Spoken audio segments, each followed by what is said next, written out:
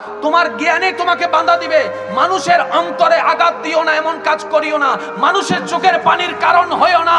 এই জ্ঞান আপনাকে বাঁচাবে দুনিয়াতেও, এই জ্ঞান আপনাকে বাঁচাবে আখিরাতেও। সুবহানাল্লাহ। খেয়াল করবেন, শান্তি যখন আমাদের দরকার হয়, শান্তি যদি আমাদের দরকার হয়, শান্তি থাকে কোথায়? মন গড়ে। এই শান্তিটার মনের ঘরটা আমরা অন্যের চিন্তায়, অন্যের কথায়, অন্যের ভাবনায়, অন্যের চাওয়ায়, স্বপ্ন ইচ্ছা সবকিছু দিয়ে আমরা এমন ভাবে সাজিয়েছি, রবের রহমত সেখানে আমরা আশা করি না, আশার ব্যবস্থা করি না।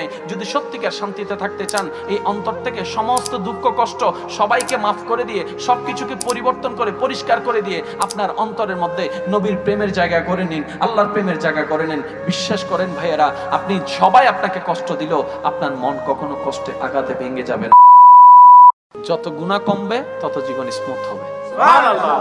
যত গুনাহ কমবে তত অন্তরে শান্তি আসবে। সুবহানাল্লাহ। যত গুনাহ কমবে তত আপনার রুজি রোজগারের মধ্যে বরকত আসবে। সুবহানাল্লাহ। যত গুনাহ কমবে তত আপনার সাথে আপনার রবের সম্পর্কটা আস্তে আস্তে মজবুত হতে থাকবে। সুবহানাল্লাহ। জীবনে একটা মাইন্ড সেটআপ বসে আছে, সফলতা করতে গেলে আমাদেরকে পড়ালেখা করতে হবে, আর পড়ালেখার মধ্যে আমাদেরকে গোল্ডেন এ প্লাস আনতেই হবে। আমার কথায় গিয়ে কষ্ট নেবেন না, কারণ আপনারা সবাই শিক্ষিত মানুষ। একটু যদি প্লাস মাইনাস দিয়ে হিসাব করে দেখেন, তাহলে আপনারা নিজেরাই বুঝতে পারবেন আমাদেরকে গোল্ডেন এ প্লাস আনতেই হবে। এবার যখন আমার ভাই আমার বোন যখন পড়তে বসলো, মা বাবাও প্রেসার দেয়, শিক্ষকরাও প্রেসার দেয়, আত্মীয় স্বজনও প্রেসার দেয়, সবাই প্রেসার দিতে লাগলো। প্রেসারটা কি জ্ঞান অর্জনের জন্য দিচ্ছে নাকি গোল্ডেন এ প্লাসের জন্য? আমি শুনি নাই, আর একটু জোরে। প্রেসারটা চাপটা কিসের জন্য দিচ্ছে? জ্ঞান অর্জনের জন্য নাকি গোল্ডেন এ প্লাসের জন্য? সবাই বলতে সময় এটাই বলছে, তোমাকে গোল্ডেন এ প্লাস আনতেই হবে। এবার বাবা বলছে, মা বলছে, ভাইয়া বলছে, তুই যদি এবার গোল্ডেন এ প্লাস পাস, তোকে আমি একটা আইফোন কিনে দিব। কি পাইলে? গোল্ডেন এ প্লাসের জন্য লিখতে হবে, লেখার জন্য সেটা মুখস্থ করতে হবে, এটা ব্রেনে রাখতে হবে। ভাইয়া, ব্রেনে ধারণ করা এক কথা, মনে ধারণ করা ভিন্ন কথা। এবার আমরা যখন আমাদের ছেলে মেয়েদেরকে, ভাই বোনদেরকে গোল্ডেন এ প্লাসের সেই শব্দটা মাথায় বসাই দিয়েছি, এবার তার একটা প্রতিযোগিতায় নেমে গিয়েছে। এই প্রতিযোগিতার নামতে গিয়ে জ্ঞান অর্জন করেছে কতটুক, যতক্ষণ পর্যন্ত লিখবে। সেজন্য 9-এ কি লিখেছে, ইন্টারে আর মনে নাই, ইন্টারে কি লিখেছে সেটা ডিগ্রিতে মনে নাই, ডিগ্রিতে কি লিখেছে সেটা আর অনার্সে গিয়ে মনে নাই, বা যখনের জন্য যখন যতটুকু দরকার লিখেছি বাস লিখেছি, এটা আর মনে রাখার দরকার নাই। ভাইয়া, পড়ালেখা তো এটা ছিল না। পড়ালেখা কি? পড়ালেখা মানে জ্ঞান, জ্ঞান মানে আলো, আলো মানে অন্ধকারকে দূর করা। কোন অন্ধকার? ঘরের অন্ধকার না, না। অন্ধকার মানে জীবনের অন্ধকার, অভদ্রতার অন্ধকার, অহংকারের অন্ধকার, হিংসার অহংকার, বেয়াদবির অহংকার, বেয়াদবির অন্ধকার, হিংসার অন্ধকার। এই সমস্ত অন্ধকারকে দূর করে নিজের ভিতরে একটা মানুষের প্রদীপ জ্বালানো, যে মানুষের প্রদীপের মধ্যে তার চেহারা দিয়ে, তার জবান দিয়ে, তার চোখ দিয়ে, তার হাসি দিয়ে, তার ব্যবহার দিয়ে এমন ভাবে সমাজের মধ্যে প্রস্ফুটিত হবে আলো, যে আলো দিয়ে এলাকার মানুষ পর্যন্ত তাকে বলতে হবে এটা একটা ফেরেশতা, এটা সাধারণ কোনো মানুষ না। আরে তার কথাগুলো একটু দেখো না, শুনলেই শুনতে মন চাই। তার ব্যবহারটা দেখো না, আরে এত কত সুন্দর একটা সুন্দর চরিত্রের মানুষ। যে জ্ঞানটা ভিতরের অমানুষটাকে মেরে ফেলে ভিতরে একটা মানুষ পয়দা করে, এটার নাম হচ্ছে জ্ঞান। যে জ্ঞানে শিক্ষা দিবে মা বাবার সাথে কিভাবে কথা বলতে হয়। কষ্ট পাচ্ছেন আমার কথা? যে জ্ঞানে শিক্ষা দিবে বড়দের সাথে কিভাবে কথা বলতে হয়, যে জ্ঞানে শিক্ষা দিতে, যে জ্ঞানে শিক্ষা দিবে কারো যদি বাবা না থাকে, অভিভাবক হিসেবে তাদের প্রাপ্য সম্পদ কিভাবে তাদেরকে বুঝাই দিতে হয়। যে জ্ঞানে শিক্ষা দিবে তোমার সামনে লক্ষ টাকা পড়ে আছে অন্যের হক, চাইলে তুমি নিয়ে ফেলতে পারো, তোমার জ্ঞানে তোমাকে বাধা দিবে। মানুষের অন্তরে আঘাত দিও না, এমন কাজ করিও না, মানুষের চোখের পানির কারণ হইও না। এই জ্ঞান আপনাকে বাঁচাবে দুনিয়াতেও, এই জ্ঞান আপনাকে বাঁচাবে আখিরাতেও। সুবহানাল্লাহ। এবার আপনি একটু ঠান্ডা মাথায় একটু খেয়াল করেন, কারো পক্ষে যাওয়ার দরকার নেই, বিপক্ষেও যাওয়ার দরকার নেই। একটা কথা মনে রাখবেন, নিজে বাঁচলে বাপের নাম। আগে নিজে বাঁচতে হবে, তারপর অন্যকে বাঁচানো। আর একটু জোরে বলেন।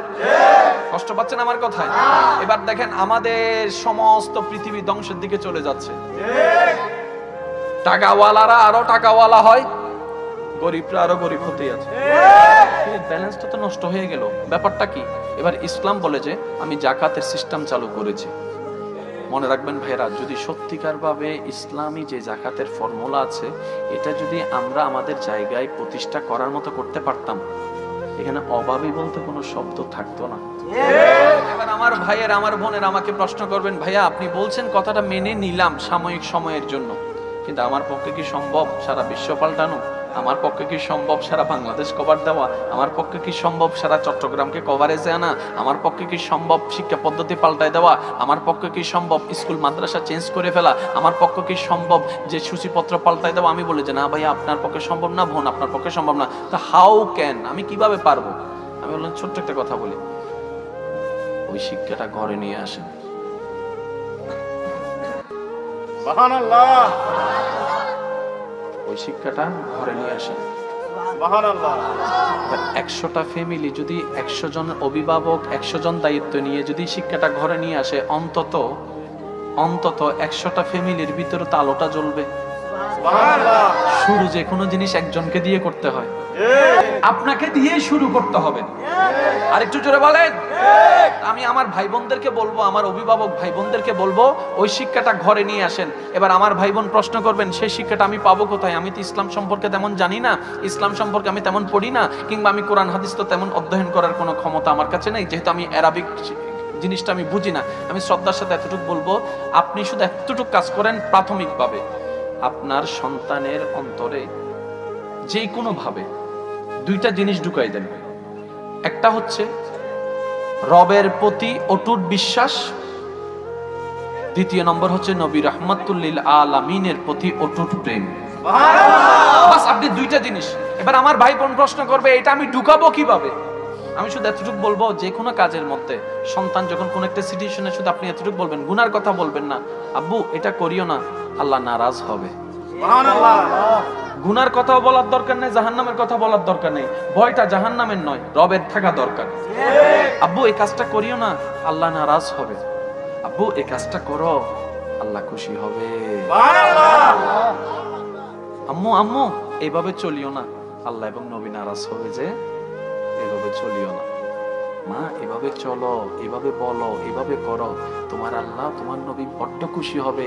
হাসরের ময়দানে দেখবা, যখন কেউ তোমার পাশে থাকবে না, তোমার রবের রহমত তোমাকে ঘিরে ধরে থাকবে, তোমার নবী তোমাকে খুঁজে খুঁজে বের করে দিবে। সুবহানাল্লাহ। সেই ছোট্ট বাচ্চা হ্যাঁ ও বুঝে না, না ও বুঝে না, কিন্তু ছোট্টবেলা থেকে যদি মা বাবার মুখে এই শব্দগুলা শুনে এই শব্দগুলা শুনে পরিচিত হয়ে যেতে পারে, বড় হওয়ার পরে ওই জিনিসটা তার দিলের মধ্যে বারবার আঘাত করবে, বারবার আঘাত করবে, বারবার আঘাত করবে। ওই আঘাতটাই তার অন্তরকে পরিষ্কার করে ফেলবে, যার কারণে ওই অন্তরে আর নোংরামি থাকতে পারবে না, ওই আলোটাই চলে আসবে। আমার কথা কি কেউ কষ্ট পাচ্ছেন না? ওই যে প্রথম বললাম, নিজে বাঁচলে বাপের নাম। একটু খেয়াল করবেন, শান্তি যখন আমাদের দরকার হয়, শান্তি যদি আমাদের দরকার হয়, শান্তি থাকে কোথায়? মন গড়ে। এই শান্তিটার মনের ঘরটা আমরা অন্যের চিন্তায়, অন্যের কথায়, অন্যের ভাবনায়, অন্যের চাওয়ায়, স্বপ্ন ইচ্ছা সবকিছু দিয়ে আমরা এমন ভাবে সাজিয়েছি, রবের রহমত সেখানে আমরা আশা করি না, আশার ব্যবস্থা করি নাই। যদি সত্যিকার শান্তিতে থাকতে চান, এই অন্তর থেকে সমস্ত দুঃখ কষ্ট সবাইকে মাফ করে দিয়ে, সবকিছুকে পরিবর্তন করে পরিষ্কার করে দিয়ে, আপনার অন্তরের মধ্যে নবীর প্রেমের জায়গা করে নিন, আল্লাহর প্রেমের জায়গা করে নিন। বিশ্বাস করেন ভাইয়েরা, আপনি সবাই আপনাকে কষ্ট দিল, আপনার মন কখনো কষ্টে আঘাতে ভেঙে যাবে না। কারণ দুনিয়ার একটা নিয়ম হচ্ছে, যে দুনিয়ার পিছনে আমরা বারবার দৌড়াতে থাকি, যে দুনিয়াকে অর্জন করার জন্য পাগলের মতো উন্মাদ হয়ে থাকি, যে দুনিয়াকে পাওয়ার জন্য আমরা দিশা হারাই, আমরা দিশা হেরে এরকম করে পাগল পাগল করে পাড়া করে খুঁজি, এই দুনিয়ার একটা নিয়ম আছে, সেটা হচ্ছে এই দুনিয়া বারবার আপনার অন্তরকে ভেঙে দিবে, এই দুনিয়া বারবার আপনার হৃদয়কে ভেঙে দিবে, এই দুনিয়া বারবার আপনার মুখের হাসিকে কেড়ে নিবে, এই দুনিয়া বারবার আপনাকে আঘাত দিবে। আর আপনি জানেন আপনার রব কোন রব, কেমন রব? এই রব হচ্ছেন সেই রব, দুনিয়া যেই অন্তরটাকে বারবার ভেঙে চুরমাচুর করে দেয়, রবের রহমত ওই অন্তরকে বারবার রহমত দিয়ে জোড়া লাগায়। এবার সিদ্ধান্ত আপনার, সিদ্ধান্ত আমার, সিদ্ধান্ত আমাদের। যিনি জোড়া লাগাই দেয় ওনার দিকে যাব, নাকি যারা ভাঙ্গে দেয় তাদের দিকে যাব, সিদ্ধান্ত আমাদের। কিন্তু মনে রাখবেন, ওনার দিকে তখনও যেতে হবে যখন ইচ্ছা করবে না মৃত্যুবরণের। কুল্লু নাফসিন যায়িকাতুল মউতের মাধ্যমে ওনার কাছে যেতেই হবে। ইচ্ছা না করলেও কবর ঘরে থাকতে হবে, ইচ্ছা না করলেও মাটির সাথে বন্ধুত্ব করতেই হবে, ইচ্ছা না করলেও হাসরের ময়দানে যেতে হবে। তো যেতে যেহেতু হবেই বাধ্য হয়ে, আসুন না স্বইচ্ছাই তওবার মাধ্যমে সারেন্ডার করে রবের দিকে যেতে থাকি, যেখানে যেতেই হবে বাধ্যতামূলক ভাবে। এখন থেকে গেলে লাভ কি হবে জানেন? দুনিয়া অর্জন করা হয়ে যাবে, পরকালও সজ্জিত হয়ে যাবে। সুবহানাল্লাহ। করুন গুনাহ যখন এসেছে তখন কিন্তু বারবার এই কথাটা বেশি উঠেছে। হ্যাঁ, আমাদের গুনার কারণে, আমাদের অবদ্ধতার কারণে বারবার কিন্তু এই কথাটা আসছে, আপনারা হয়তো শুনেছেন। গুনাহ যখন বেড়ে যায়, মূলত আসলে আমরা গুনার মধ্য দিয়ে মজা খুঁজি, এটা হচ্ছে আমাদের বোকামি। গুনার মধ্যে মজা থাকে না, গুনার মধ্যে মজাটা হচ্ছে কুয়াশার মতো, হ্যাঁ দেখা যায় কিন্তু ধরা যায় না। গুনার মজাটা হচ্ছে সাময়িক, কষ্টটা হচ্ছে অনন্তকাল। তো কোনো বুদ্ধিমান তো 2 সেকেন্ডের শান্তির জন্য কখনো 2 ঘন্টা কষ্ট নিতে রাজি হবে না। এই যে আমরা এই বোকামিগুলা করি, আমরা মজা শব্দ ব্যবহার করে যা যা কাজ করি, আনন্দ শব্দ, এনজয় শব্দ ব্যবহার করে, আপনি আপনার জ্ঞান দিয়ে একটু বিবেচনা করে দেখেন, আমরা প্রত্যেকটা এনজয়ের মধ্যে আমরা গুনার কাজ করে ফেলতেছি। তাহলে সেই এনজয়টা আমাদের জন্য গুনাহ। কেমন গুনাহ? আমাদের যেটা দুনিয়াকেও ধ্বংস করে দিচ্ছে, আমাদের পরকালকেও ধ্বংস করে দিচ্ছে। এবার আপনি বলবেন এটা কিভাবে? আমি শ্রদ্ধার সাথে বলি, একটু খেয়াল করবেন। গুনাহ আসলে আল্লাহ নারাজ হয়, গুনাহ হলে আল্লাহ নারাজ হয়, গুনাহ হলে আল্লাহ অসন্তুষ্ট হয়। এবার বলেন, জীবন সুখী করার জন্য কার রহমতের দরকার? রিজিক বাড়ার জন্য কার দয়ার দরকার? সুস্থতার জন্য কার দয়ার দরকার? সম্মানের জন্য কার দয়ার দরকার? কোন আল্লাহ যাকে আপনারা আমরা গুনাহ দিয়ে নারাজ করছি? এই নারাজ করার কারণেই রহমতটা আসা বন্ধ হয়ে যায়, আমাদের জীবনটা আস্তে আস্তে বিভীষিকার দিকে চলে যায়, আগুনের দিকে চলে যায়। বাহির থেকে আগুন দেখা যায় না, কিন্তু ভিতরে ভিতরে আগুনটা জ্বলতেই থাকে। যদি সেই আগুন নিভাতেই মন চায়, আপনার দেহের মধ্যে, আপনার মন রাজ্যে যদি একটা সুন্দর শান্তির বাগান বানাতে চান, একটা কাজ করেন। তো গুনাহ থেকে তো আমরা বাঁচতে পারবো না, সেটা রব ভালো করে জানে। রব বলে যে তাই তো আমি তোদের জন্য তওবার ব্যবস্থাটা খোলা রেখে দিয়েছি। বান্দা তুই গুনাহ থেকে বাঁচবি না সেটা আমি জানি। তো গুনাহ হয়ে গেলে তোর তো নিয়ামত বন্ধ হয়ে যাবে, নিয়ামত রহমত বন্ধ হয়ে গেলে তোর জীবনটা তো অশান্তির হয়ে যাবে। তাহলে তোর শান্তির জন্য আমার রহমতের দরকার, আর আমার রহমতে বাধা দিচ্ছে তোর গুনাহ। একটা কাজ কর, তুই তওবা করতে থাক, তওবাটাকে জীবনের সঙ্গী বানাই ফেল। অন্তর থেকে বারবার আমি রবের কাছে অনুশোচনা নিয়ে তওবা করতে থাক। আমি মাফ করতেই থাকবো, মাফ করতেই থাকবো, মাফ করতেই থাকবো। যত তোকে মাফ করতেই থাকবো, অশান্ত জীবন শান্ত হবে, অশান্ত মন শান্তির হবে। আমি রব চাহে তো এই মাফটা এমন ভাবে একদিন হয়ে যাবে, তোর জাহান্নামা বন্ধ হয়ে যাবে, জান্নাতের দরজা খুলে যাবে। প্রশংসা, উৎসাহ খারাপকেও ভালো বানায় দিতে পারে। যেমন আপনার স্ত্রী কোন একটা কথা শুনে না, আপনি যদি ওই বিষয়টা নিয়ে ওনাকে প্রশংসা করেন, দেখবেন যে ওই গুণটা ওনার ভিতরে চলে আসবে। যেমন আপনার বউ আপনার মুখে মুখে কথা বলে, সাপোজ আপনি শুধু ওনাকে বলবেন, তুমি যখন আমার কথাগুলো খুব মনোযোগ দিয়ে শোনো, শ্রদ্ধার সাথে শোনো, আমার মনটা খুশি হয়ে যায়। এবার উনি জানে যে এটা উনি করে না, কিন্তু লজ্জায় বলতেও পারবে না, কিন্তু খুশি হবে প্রশংসা শুনে। এইভাবেই ওনার ভিতরে সেই গুণটা চলে আসবে। ঠিক না বেটা? এবার বলেন, আমরা কোন প্রচেষ্টা করি? এটার কারণে ভয়ে করা আসে। এবার ভয়ে করাটা আমরা পছন্দ করি না, আমরা বলি যে দিল থেকে করো, ভয়ে করিও না। এটাও চাই, আবার এমন কাজ করি যেটা ভয় দিয়ে হয়। মনে রাখবেন, ভয় দিয়ে হলে সামনে থেকে আপনাকে নমনম করবে, পিছনে গেলে ঠিক গালাগালিটা করবে। এটা আমার নবীর আদর্শ নয়। নবীজির আদর্শ হচ্ছে মায়া দিয়ে বিশ্ব জয় করা, ভালোবাসা দিয়ে বিশ্ব জয় করা। আপনি যেমন আপনার কোন একটা বন্ধু নামাজ পড়ে না, আমরা বেশিরভাগ সেক্ষেত্রে কি করি? এই চল নামাজ পড়, এটা প্রথম। আর না হলে তার নামে যা বদনাম তা করি। আচ্ছা, বদনাম করে কি সে নামাজি হয়ে গেছে? বরং আমার গুনার পাল্লাটা বাড়ি হয়ে গেছে। আসেন না, এমন কিছু কাজ করি অন্তত যেটা কাজ না হলো আমার কাজটা যেন মোটামুটি সার্থক হয়। সেটা কি দোস্ত? আমার বড় ইচ্ছা কি, চিন্তা করতেছি তোরে বলে লাভ হবে, তুই কি আমার ইচ্ছা পূরণ করবি নাকি করবি না? আরে বল না, কি কিছু লাগবে না? তেমন কিছু না, তুই কি দিতে পারবি নাকি পারবি না চিন্তা করতেছিস। আরে দোস্ত, জানটা পর্যন্ত তোর জন্য দিয়ে দিব, তুই কি বলছ একবার চাইয়া দেখ না। দোস্ত, আজকে আমার একটা কথা রাখবি? বল কি? আমার বড্ড ইচ্ছা আজকের আসরের নামাজটা আমি আর তুই একসাথে দাঁড়ায় নামাজ পড়ব। আপনার বন্ধু এখানে না বলতে বলেন তো পারবে না। আপনার বন্ধু এখানে না বলতে বলেন, তার বিবেক বলবে যে এটা আমার বলা সম্ভব নয়, কারণ এত আদর করে, এত মায়া করে কখনো কেউ বলেনি, কেউ। এবার সে নিজে থেকে কি বলবে? আমি তো মনে করেছিলাম তুই আইফোন চাইবি, আমি তো মনে করেছিলাম তুই আমার কাছে হোন্ডার চাবিটা চাইবি, আমি তো ভেবেছিলাম তুই আমার কাছে অমুকের নাম্বারটা চাইবি, আমি তো ভেবেছিলাম হয়তো আমার কাছে তুই টাকা চাইবি। তুই এটা কেন চাইলি? অন্য কিছু তো চাইতে পারতি। এবার আপনি মুস্কি হেসে বলবেন, আমি আমাদের বন্ধুত্বটা এই দুনিয়ার 2 দিনের সফরে দেখতে চাই না, আমি তোর সাথে আমার বন্ধুত্বের সম্পর্কটা জান্নাত পর্যন্ত দেখতে চাই। এবার আপনিই বলেন,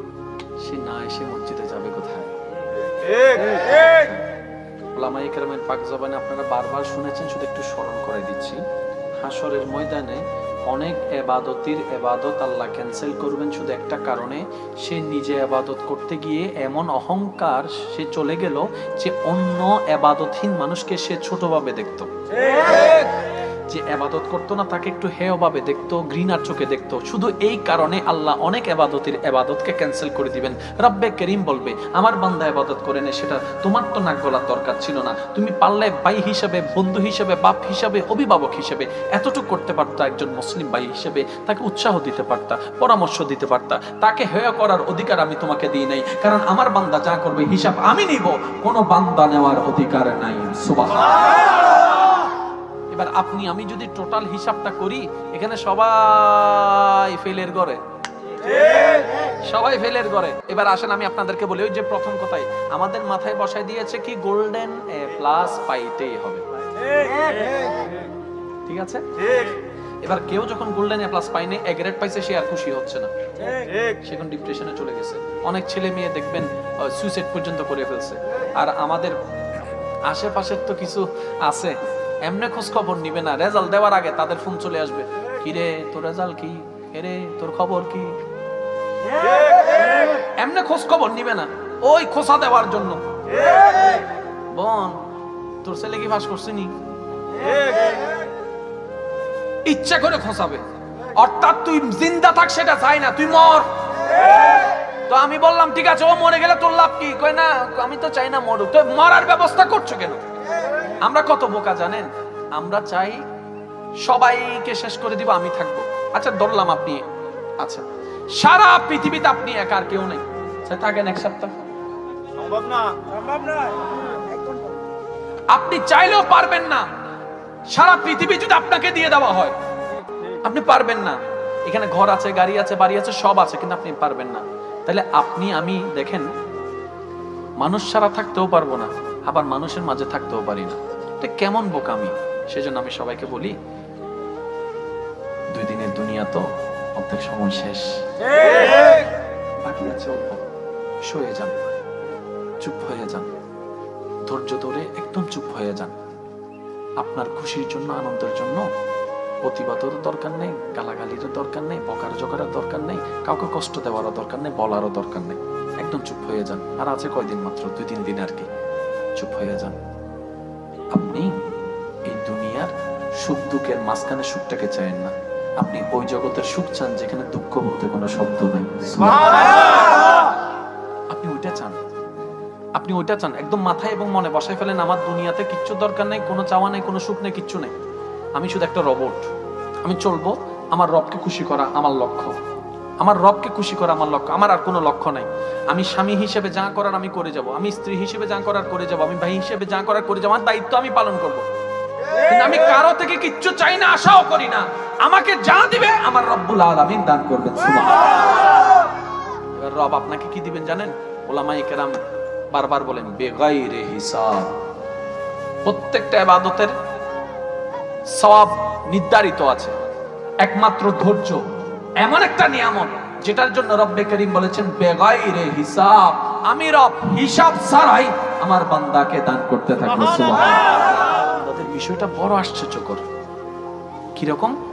তারা হাঁটার পথে যদি পায়ে একটি কাঁটা ফুটে, ওই কাঁটার ব্যথায় যখন শরীর জর্জরিত হয়, ব্যথাটা লাগে, তারা যে কাঁটা ফুটলো ওইটার কারণে সে সবর ধরেছে, ধৈর্য ধরেছে, আউ করে নাই, কাউকে পিটাই নাই, বাস সবর সবর সবর। বাস এই সবরের কারণে তার গুনাহ মাফ হয়ে যায়, তার দরজাও বুলন্দ হয়ে যায়। কি ফুটলে? এবার আপনার আমার কি প্রত্যেকদিন কাঁটা ফুটা লাগবে? না। কথাও তো একটা কাঁটা, ঠিক ঠিক। মানুষের গুতাও তো একটা কাঁটা, ঠিক। স্বামীর বকাটাও তো একটা কাঁটা, ঠিক। স্ত্রীর বকাটাও তো একটা কাঁটা, ঠিক। আপনার বড় লোকের বকাটাও তো একটা কাঁটা, ঠিক। যত কাঁটা আসুক শুধু এতটুকু বলবেন, ইয়া রব আমাকে ধৈর্য ধারণ করার তৌফিক দান করো, মওলা আমাকে ধৈর্য ধারণ করার তৌফিক দান করো। আল্লাহ তুমি আমাকে জবান দিয়েছো বলার জন্য, এই জবানটা যেন কারো কষ্টের জন্য আমার না খুলে আল্লাহ তুমি সে তৌফিক দান করো। মওলা তুমি আমাকে হাত দিয়েছো, শক্তি দিয়েছো, এই হাতটা যেন কারো শরীরে আঘাতের কারণ না হয়, মওলা সে তৌফিক দান করো। এবং আপনি যখন চুপ হয়ে যাবেন তখন দেখবেন আপনার উপর কথা বেড়ে গিয়েছে, বদনাম বেড়ে গিয়েছে, কষ্ট বেড়ে গিয়েছে, খোঁচা বেড়ে গিয়েছে, সবাই আপনাকে নিয়ে হাসি ঠাট্টা করবে, বোকা বলবে, আপনাকে এই বলবে সে বলবে, হাজার কথা। যখন দেখবেন সিচুয়েশন এই পর্যায়ে চলে যাচ্ছেন, তাহলে বুঝে নেবেন আপনি আপনার রবের প্রিয় হওয়ার দিকে এগিয়ে যাচ্ছেন। কারণ এই পৃথিবীতে যারাই রবের প্রিয় হয়েছে তারাই বদনামের শিকার হয়েছে, এই পৃথিবীতে যারাই রবের প্রিয় হয়েছে তারাই কলঙ্কের শিকার হয়েছে, এই পৃথিবীতে যারা রবের প্রিয় হয়েছে তারাই কষ্টের শিকার হয়েছে। একটু দেখেন না, ইব্রাহিম নবী আল্লাহর প্রিয় বান্দা, কিন্তু আগুনের মধ্যে ওনাকে পড়তে হয়েছে, সুবহানাল্লাহ। একটু দেখেন না, হযরত আইয়ুব আলাইহিস সালাম আল্লাহর একজন প্রিয় বান্দা, সারা শরীরের মধ্যে রোগাক্রান্ত হয়ে হাজার মানুষে হাজার কথা বলেছে। আর এই দুনিয়া আবার কেমন নবী, নিজের উপকারে করতে পারে না, মানুষের উপকার কি করবে? আরে নিজের জন্য দোয়া করে শরীরটা ভালো করতে পারে না, উনি আবার মানুষকে কিভাবে দ্বীনের দাওয়াত দেয়? সব বউতাবি ভণ্ডামি, হাজারজন হাজার কথা বলেছে, সব কথা শুনেছে, ধৈর্য ধারণ করেছে, ধৈর্য ধারণ করেছে। আইয়ুব নবীর জীবনী দেখেন, ধৈর্য আর ধৈর্য। ইব্রাহিম নবীর জীবনী দেখেন, ধৈর্য আর ধৈর্য। মরিয়ম আলাইহিস সালামের জীবনী দেখেন, ধৈর্য আর ধৈর্য। আসিয়া আলাইহিস সালামের জীবনী দেখেন, ধৈর্য আর ধৈর্য। হাজার অপবাদ, হাজার কথা, হাজার কথা। সমস্ত সৃষ্টির শ্রেষ্ঠ আশরাফুল মখলুকাত, আর আশরাফুল মখলুকাতের মধ্যে সবচেয়ে বড় রত্ন হচ্ছে আমাদের নবী রাহমাতুল লিল আলামিন, সুবহানাল্লাহ। ওই নবী রাহমাতুল লিল আলামিনের জীবনের মধ্যে দেখেন, জাদুঘর পর্যন্ত বলতে তারা দ্বিধাবোধ করে নাই। নবীর নামে কত কথা রটাইয়াছে, নবী সহ্য করে নিয়েছেন। নবীর জন্মভূমিতে নবীকে অত্যাচার করা হয়েছে মক্কাতে, নবী ধৈর্য ধরে সহ্য করে নিয়েছেন। তাদেরকে মুক্ত করে দেওয়ার জন্য, হিংসা থেকে বাঁচার জন্য উনি মদিনায় সফর করে গিয়েছেন, বাবার জন্মভূমি ফেলে। তারপরও তারা ক্ষান্ত হয় নাই।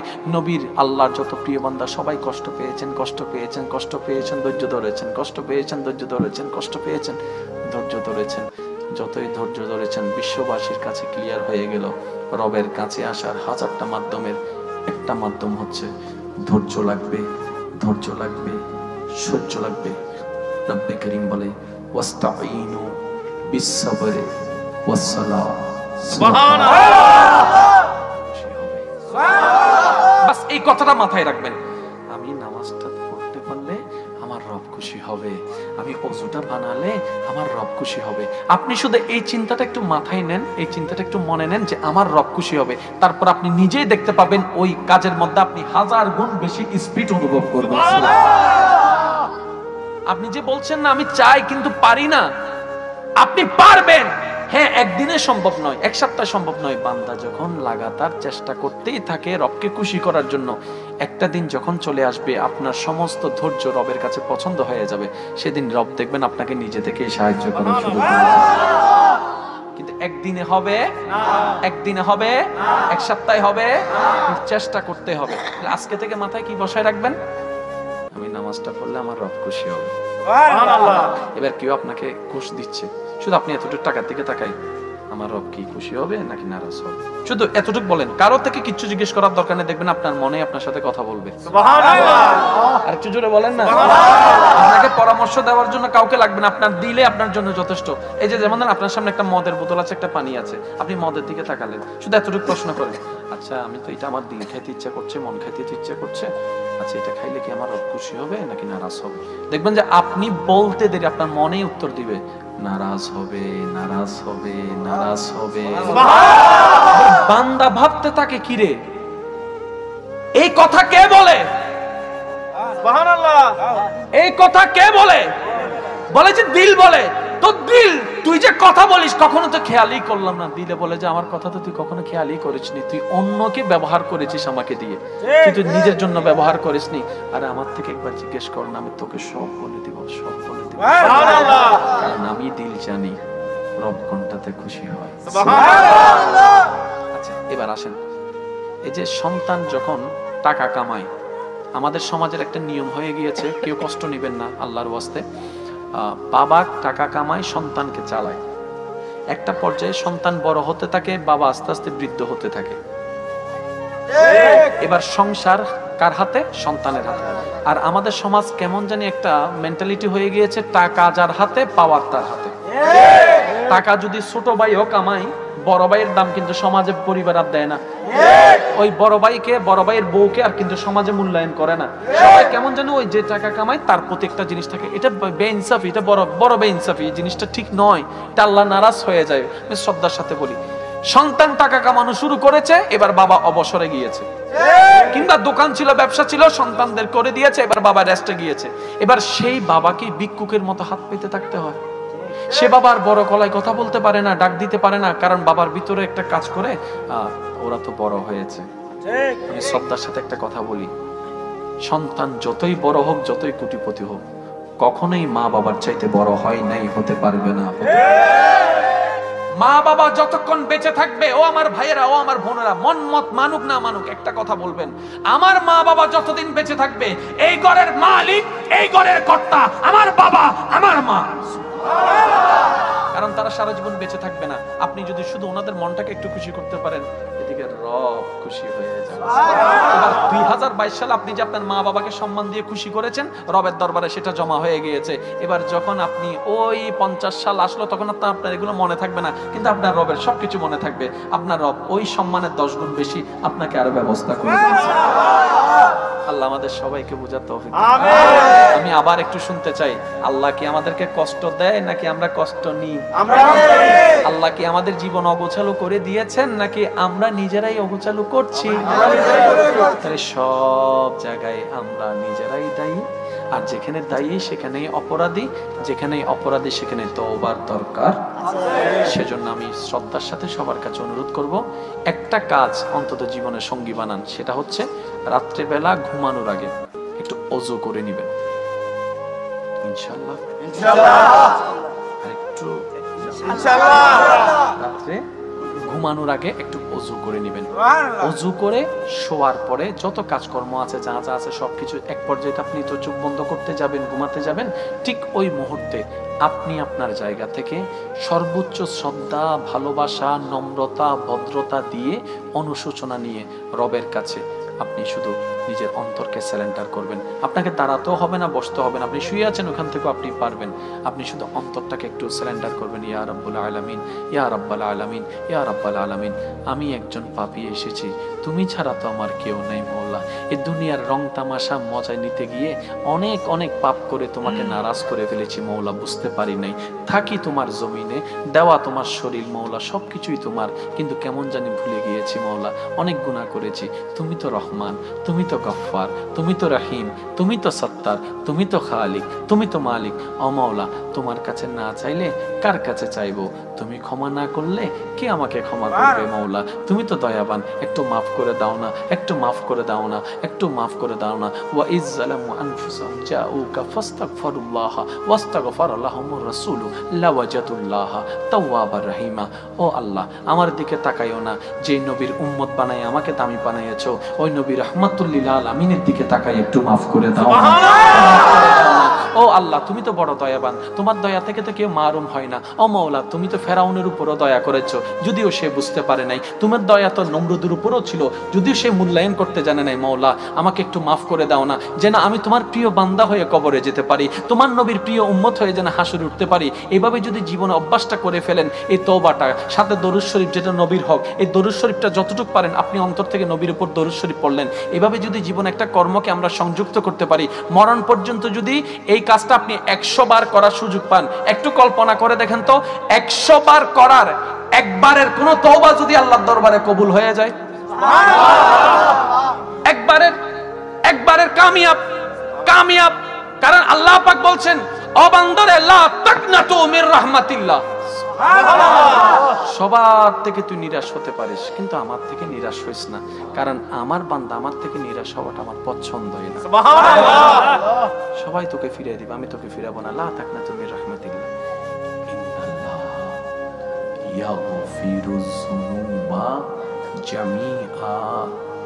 তুই মাপ চাইবি একবার, আমি ক্ষমা করে দিতে রাজি আছি সারা জীবন। সুবহানাল্লাহ। যত গুনাহ কমবে তত জীবন স্মুথ হবে, যত গুনাহ কমবে তত অন্তরে শান্তি আসবে, যত গুনাহ কমবে তত আপনার রুজি রোজগারের মধ্যে বরকত আসবে, যত গুনাহ কমবে তত আপনার সাথে আপনার রবের সম্পর্কটা আস্তে আস্তে মজবুত হতে থাকবে। আল্লাহ পাক আমাদের জীবনে একটা মাইন্ড সেটআপ বসে আছে, সফলতা করতে গেলে আমাদেরকে পড়ালেখা করতে হবে, আর পড়ালেখার মধ্যে আমাদেরকে গোল্ডেন A+ আনতেই হবে।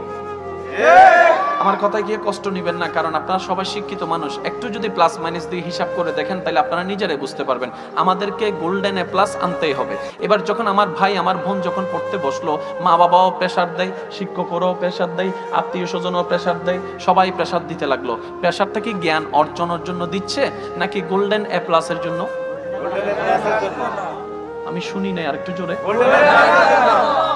প্রেসারটা চাপটা কিসের জন্য দিচ্ছে? জ্ঞান অর্জনের জন্য নাকি গোল্ডেন এ প্লাসের জন্য? সবাই বলতে সময় এটাই বলছে তোমাকে গোল্ডেন এ প্লাস আনতেই হবে। এবার বাবা বলছে, মা বলছে, ভাইয়া বলছে তুই যদি এবার গোল্ডেন এ প্লাস পাস তোকে আমি একটা আইফোন কিনে দিব। কি পাইলে? গোল্ডেন এ প্লাসের জন্য লিখতে হবে, লেখার জন্য সেটা মুখস্থ করতে হবে, এটা ব্রেনে রাখতে হবে। ভাইয়া ব্রেনে ধারণ করা এক কথা, মনে ধারণ করা ভিন্ন কথা। এবার আমরা যখন আমাদের ছেলে মেয়েদেরকে ভাই বোনদেরকে গোল্ডেন এ প্লাসের সেই শব্দটা মাথায় বসাই দিয়েছি, এবার তার একটা প্রতিযোগিতায় নেমে গিয়েছে। এই প্রতিযোগিতার নামতে গিয়ে জ্ঞান অর্জন করেছে কতটুক, যতক্ষণ পর্যন্ত লিখবে। সেজন্য 9-এ কি লিখেছে ইন্টারে আর মনে নাই, ইন্টারে কি লিখেছে সেটা ডিগ্রিতে মনে নাই, ডিগ্রিতে কি লিখেছে সেটা আর অনার্সে গিয়ে মনে নাই। বা যখনের জন্য যখন যতটুকু দরকার লিখেছি বাস লিখেছি, এটা আর মনে রাখার দরকার নাই। ভাইয়া পড়ালেখা তো এটা ছিল না। পড়ালেখা কি? পড়ালেখা মানে জ্ঞান, জ্ঞান মানে আলো, আলো মানে অন্ধকারকে দূর করা। কোন অন্ধকার? ঘরের অন্ধকার না, না।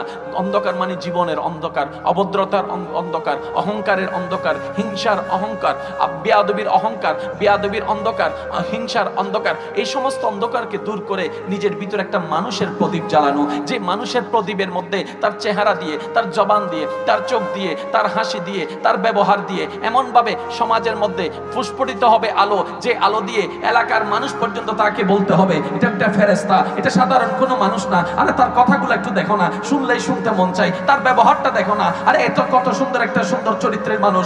যে জ্ঞানটা ভিতরের অমানুষটাকে মেরে ফেলে ভিতরে একটা মানুষ পয়দা করে, এটার নাম হচ্ছে জ্ঞান।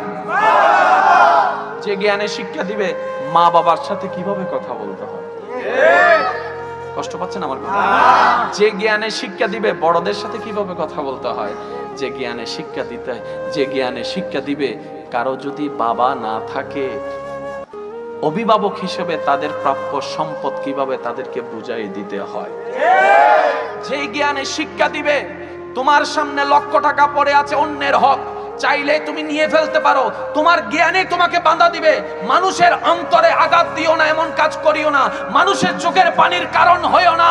এই জ্ঞান আপনাকে বাঁচাবে দুনিয়াতেও, এই জ্ঞান আপনাকে বাঁচাবে আখিরাতেও। এবার আপনি একটু ঠান্ডা মাথায় একটু খেয়াল করেন, কারো পক্ষে যাওয়ার দরকার নেই, বিপক্ষেও যাওয়ার দরকার নেই। একটা কথা মনে রাখবেন, নিজে বাঁচলে বাপের নাম। আগে নিজে বাঁচতে হবে, তারপর অন্যকে বাঁচানো। আর একটু জোরে বলেন, কষ্ট পাচ্ছেন আমার কথায়? এবার দেখেন আমাদের সমস্ত পৃথিবী ধ্বংসের দিকে চলে যাচ্ছে। টাকাওয়ালারা আরো টাকাওয়ালা হয়, গরিবরা আরো গরিব হতেই আছে। ব্যালেন্সটা তো নষ্ট হয়ে গেল। ব্যাপারটা কি? এবার ইসলাম বলে যে আমি জাকাতের সিস্টেম চালু করেছি। মনে রাখবেন ভাইরা, যদি সত্যিকার ভাবে ইসলামী যে জাকাতের ফর্মুলা আছে এটা যদি আমরা আমাদের জায়গায় প্রতিষ্ঠা করার মতো করতে পারতাম, এখানে অভাবী বলতে কোনো শব্দ থাকতো না।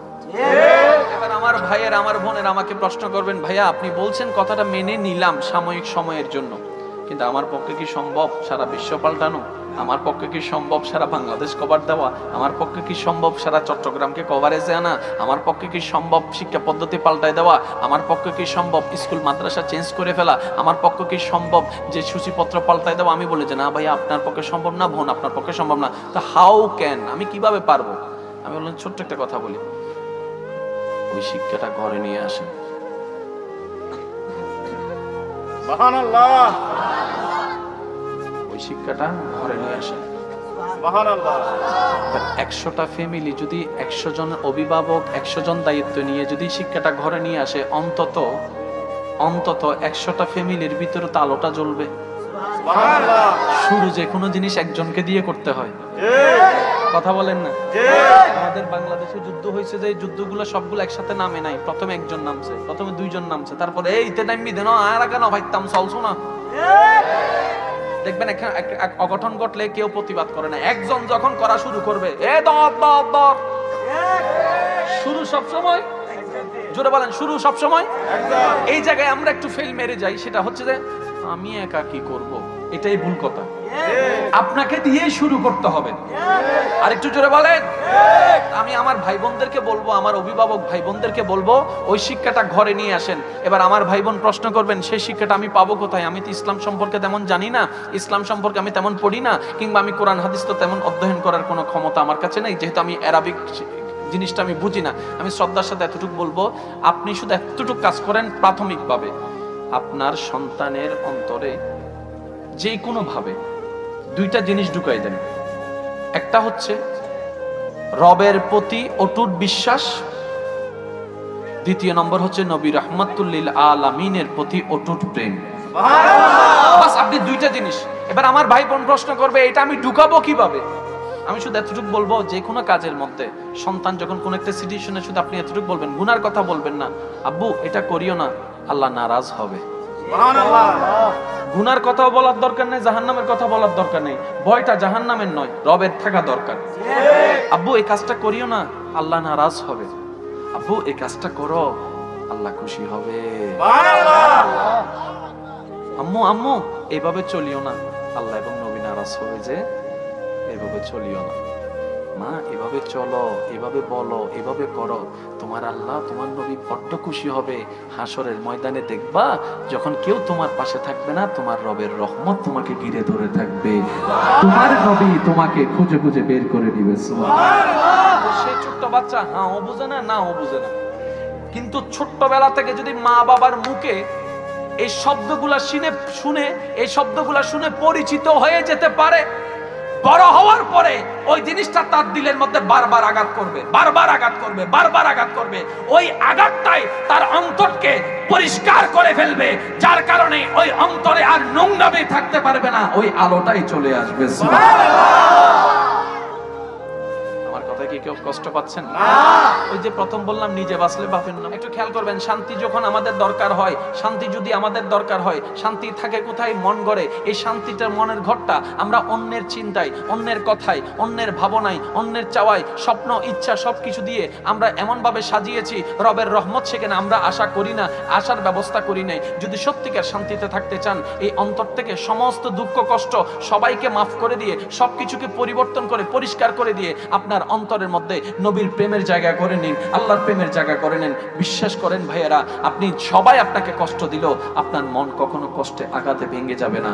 কারণ দুনিয়ার একটা নিয়ম হচ্ছে, যে দুনিয়ার পিছনে আমরা বারবার দৌড়াতে থাকি, যে দুনিয়াকে অর্জন করার জন্য পাগলের মতো উন্মাদ হয়ে থাকি, যে দুনিয়াকে পাওয়ার জন্য আমরা দিশা হারাই, আমরা দিশা হেরে এরকম করে পাগল পাগল করে পাড়া করে খুঁজি, এই দুনিয়ার একটা নিয়ম আছে, সেটা হচ্ছে এই দুনিয়া বারবার আপনার অন্তরকে ভেঙে দিবে, এই দুনিয়া বারবার আপনার হৃদয়কে ভেঙে দিবে, এই দুনিয়া বারবার আপনার মুখের হাসিকে কেড়ে নিবে, এই দুনিয়া বারবার আপনাকে আঘাত দিবে। আর আপনি জানেন আপনার রব কোন রব, কেমন রব? এই রব হচ্ছেন সেই রব, দুনিয়া যেই অন্তরটাকে বারবার ভেঙে চুরমাচুর করে দেয়, রবের রহমত ওই অন্তরকে বারবার রহমত দিয়ে জোড়া লাগায়। এবার সিদ্ধান্ত আপনার, সিদ্ধান্ত আমার, সিদ্ধান্ত আমাদের। যিনি জোড়া লাগাই দেয় ওনার দিকে যাব, নাকি যারা ভাঙ্গে দেয় তাদের দিকে যাব, সিদ্ধান্ত আমাদের। কিন্তু মনে রাখবেন, ওনার দিকে তখনও যেতে হবে যখন ইচ্ছা করবে না মৃত্যুবরণের। কুল্লু নাফসিন যায়িকাতুল মউতের মাধ্যমে ওনার কাছে যেতেই হবে। ইচ্ছা না করলেও কবর ঘরে থাকতে হবে, ইচ্ছা না করলেও মাটির সাথে বন্ধুত্ব করতেই হবে, ইচ্ছা না করলেও হাসরের ময়দানে যেতে হবে। তো যেতে যেহেতু হবেই বাধ্য হয়ে, আসুন না স্বইচ্ছাই তওবার মাধ্যমে সারেন্ডার করে রবের দিকে যেতে থাকি, যেখানে যেতেই হবে বাধ্যতামূলক ভাবে। এখন থেকে গেলে লাভ কি হবে জানেন? দুনিয়া অর্জন করা হয়ে যাবে, পরকালও সজ্জিত হয়ে যাবে। করোনা যখন এসেছে তখন কিন্তু বারবার এই কথাটা বেশি উঠেছে। হ্যাঁ, আমাদের গুনার কারণে, আমাদের অবদ্ধতার কারণে বারবার কিন্তু এই কথাটা আসছে, আপনারা হয়তো শুনেছেন। গুনাহ যখন বেড়ে যায়, মূলত আসলে আমরা গুনার মধ্য দিয়ে মজা খুঁজি, এটা হচ্ছে আমাদের বোকামি। গুনার মধ্যে মজা থাকে না, গুনার মধ্যে মজাটা হচ্ছে কুয়াশার মতো, হ্যাঁ দেখা যায় কিন্তু ধরা যায় না। গুনার মজাটা হচ্ছে সাময়িক, কষ্টটা হচ্ছে অনন্তকাল। তো কোনো বুদ্ধিমান তো 2 সেকেন্ডের শান্তির জন্য কখনো 2 ঘন্টা কষ্ট নিতে রাজি হবে না। এই যে আমরা এই বোকামি গুলা করি, আমরা মজা শব্দ ব্যবহার করে যা যা কাজ করি, আনন্দ শব্দ, এনজয় শব্দ ব্যবহার করে, আপনি আপনার জ্ঞান দিয়ে একটু বিবেচনা করে দেখেন, আমরা প্রত্যেকটা এনজয়ের মধ্যে আমরা গুনার কাজ করে ফেলতেছি। তাহলে সেই এনজয়টা আমাদের জন্য গুনাহ। কেমন গুনাহ? আমাদের যেটা দুনিয়াকেও ধ্বংস করে দিচ্ছে, আমাদের পরকালকেও ধ্বংস করে দিচ্ছে। এবার আপনি বলবেন এটা কিভাবে? আমি শ্রদ্ধার সাথে বলি, একটু খেয়াল করবেন। গুনাহ আসলে আল্লাহ নারাজ হয়, গুনাহ হলে আল্লাহ নারাজ হয়। হয়, গুনাহ হলে আল্লাহ অসন্তুষ্ট হয়। এবার বলেন, জীবন সুখী করার জন্য কার রহমতের দরকার? রিজিক বাড়ার জন্য কার দয়ার দরকার? সুস্থতার জন্য কার দয়ার দরকার? সম্মানের জন্য কার দয়ার দরকার? কোন আল্লাহ যাকে আপনারা আমরা গুনাহ দিয়ে নারাজ করছি? এই নারাজ করার কারণেই রহমতটা আসা বন্ধ হয়ে যায়, আমাদের জীবনটা আস্তে আস্তে বিভীষিকার দিকে চলে যায়, আগুনের দিকে চলে যায়। বাহির থেকে আগুন দেখা যায় না, কিন্তু ভিতরে ভিতরে আগুনটা জ্বলতেই থাকে। যদি সেই আগুন নিভাতেই মন চায়, আপনার দেহের মধ্যে, আপনার মন রাজ্যে যদি একটা সুন্দর শান্তির বাগান বানাতে চান, একটা কাজ করেন। তো গুনাহ থেকে তো আমরা বাঁচতে পারবো না, সেটা রব ভালো করে জানে। রব বলে যে তাই তো আমি তোদের জন্য তওবার ব্যবস্থাটা খোলা রেখে দিয়েছি। বান্দা, তুই গুনাহ থেকে বাঁচবি না সেটা আমি জানি। তো গুনাহ হয়ে গেলে তোর তো নিয়ামত বন্ধ হয়ে যাবে। নিয়ামত রহমত বন্ধ হয়ে গেলে তোর জীবনটা তো অশান্তির হয়ে যাবে। তাহলে তোর শান্তির জন্য আমার রহমতের দরকার, আর আমার রহমতে বাধা দিচ্ছে তোর গুনাহ। একটা কাজ কর, তুই তওবা করতে থাক, তওবাটাকে জীবনের সঙ্গী বানাই ফেল। অন্তর থেকে বারবার আমি রবের কাছে অনুশোচনা নিয়ে তওবা করতে থাক। আমি মাফ করতেই থাকবো, মাফ করতেই থাকবো, মাফ করতেই থাকবো। যত তোকে মাফ করতেই থাকবো, অশান্ত জীবন শান্ত হবে, অশান্ত মন শান্তির হবে। আমি রব চাহে তো এই মাফটা এমন ভাবে একদিন হয়ে যাবে, তোর জাহান্নামা বন্ধ হয়ে যাবে, জান্নাতের দরজা খুলে যাবে।